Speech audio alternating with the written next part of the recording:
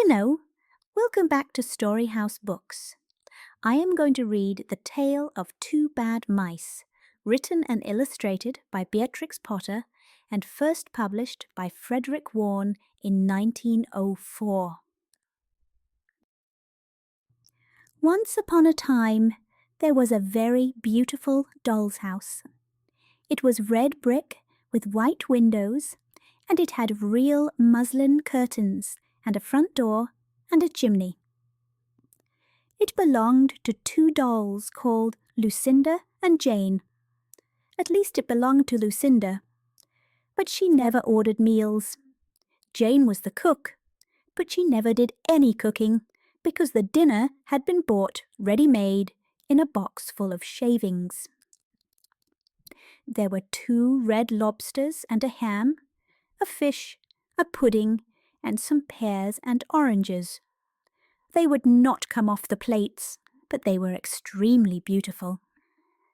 One morning, Lucinda and Jane had gone out for a drive in the doll's perambulator. There was no one in the nursery, and it was very quiet. Presently, there was a little scuffling, scratching noise in a corner near the fireplace, where there was a hole under the skirting board. Tom Thumb put out his head for a moment and then popped it in again. Tom Thumb was a mouse. A minute afterwards, Hunca Munca, his wife, put her head out too, and when she saw that there was no one in the nursery, she ventured out on the oilcloth under the coal box. The doll's house stood at the other side of the fireplace. Tom Thumb and Hunca Munca went cautiously across the hearthrug. They pushed the front door. It was not fast. Tom Thumb and Hunca Munca went upstairs and peeped into the dining room. Then they squeaked with joy. Such a lovely dinner was laid out upon the table. There were tin spoons and lead knives and forks and 2 dolly chairs, all so convenient. Tom Thumb set to work at once to carve the ham.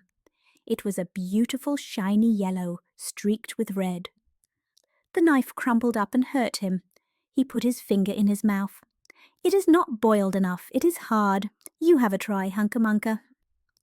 Hunca Munca stood up in her chair and chopped at the ham with another lead knife. "It's as hard as the hams of the cheesemongers," said Hunca Munca. The ham broke off the plate with a jerk and rolled under the table. "Let it alone," said Tom Thumb. "Give me some fish, Hunca Munca."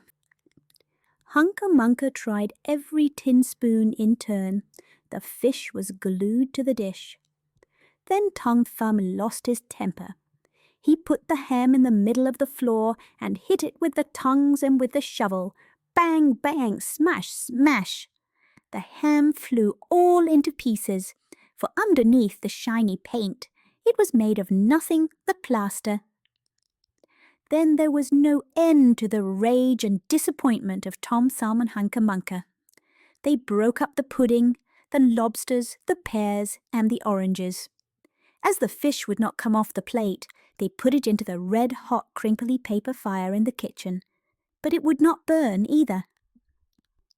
Tom Thumb went up the kitchen chimney and looked out at the top. There was no soot. While Tom Thumb was up the chimney, Hunca Munca had another disappointment.